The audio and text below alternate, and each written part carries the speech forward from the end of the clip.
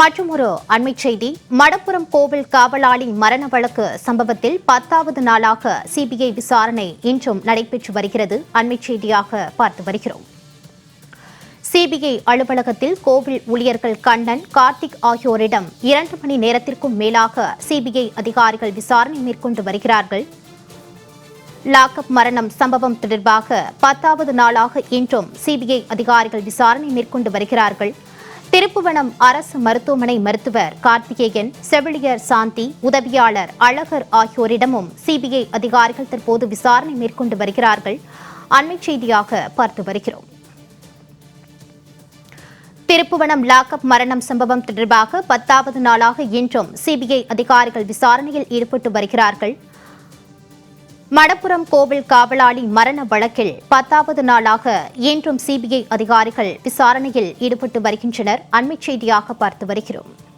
கூடுதல் விவரங்களோடு சல்மான் இணைகிறார். சல்மான், தற்போது 10வது நாளாக தொடர்ந்து இன்றும் இந்த லாக்அப் மரண சம்பவத்தில் சிபிஐ அதிகாரிகள் விசாரணை மேற்கொண்டு வருகிறார்கள். கூடுதல் விவரங்களை வழங்கலாம்.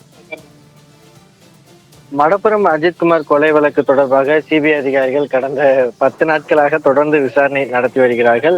ஏற்கனவே சம்பவம் நடைபெற்ற பகுதியாக இருக்கக்கூடிய திருப்போணம் மற்றும் மடப்புரம் பகுதிக்கு நேரடியாக சென்று அஜித்குமாருடன் விசாரணைக்காக அழைத்து செல்லப்பட்ட நபர்களிடம் தொடர்ந்து அவர் ஒவ்வொரு பகுதிகளுக்கும் அழைத்து சென்று ரீகிரியேஷன் என்று சொல்லக்கூடிய தொடர்ந்து அந்த விசாரணையை நடத்தி வந்தார்கள். இந்த நிலையில்தான் 10வது நாள் விசாரணையாக மதுரை ஆத்திக்குளம் பகுதியில் இருக்கக்கூடிய சிபிஐ அலுவலகத்தில் தொடர்ந்து சிபிஐ அதிகாரிகள் விசாரணை நடத்தி வருகிறார்கள். ஏற்கனவே சம்மன் இந்த வழக்கு தொடர்பாக சாட்சியம் அளிப்பதற்காக சம்மன் அளிக்கப்பட்ட திருப்புவனம் அரசு மருத்துவமனையுடைய மருத்துவர் கார்த்திகேயன், அதே போன்று செவிலியர் சாந்தி, உதவியாளர் அழகர், கோவில் பணியாளராக இருக்கக்கூடிய கண்ணன் மற்றும் கார்த்திக் ஆகியோர் தற்பொழுது காலை 10:30 மணிக்காக சிபிஐ அலுவலகத்திற்கு வருகை தந்திருக்கக்கூடிய நிலையில் 2 மணி நேரத்திற்கு மேலாக தனித்தனியாக ஒவ்வொரு நபர்களிடமும் அந்த விசாரணையானது நடத்தப்பட்டு வருகிறது.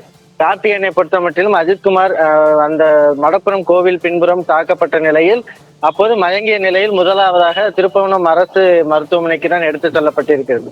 ஏற்கனவே நீதிபதி விசாரணை முடிவெற்ற பின்பாக கார்த்திகேயன் அவர்கள் அஜித்குமாரை கொண்டு வரும்போதே உயிர் இல்லாமல் இருந்ததாக தான் அவர் தெரிவித்திருந்தார்.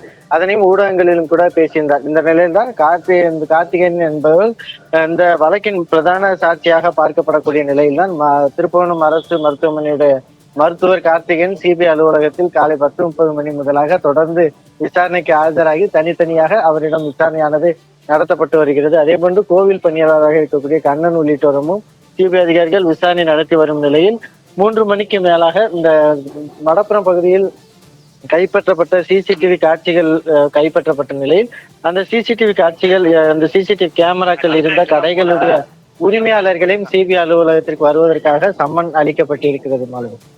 சல்மான், விசாரணை தொடர்பான கூடுதல் விவரங்களோடு இணைந்தமைக்கு நன்றி.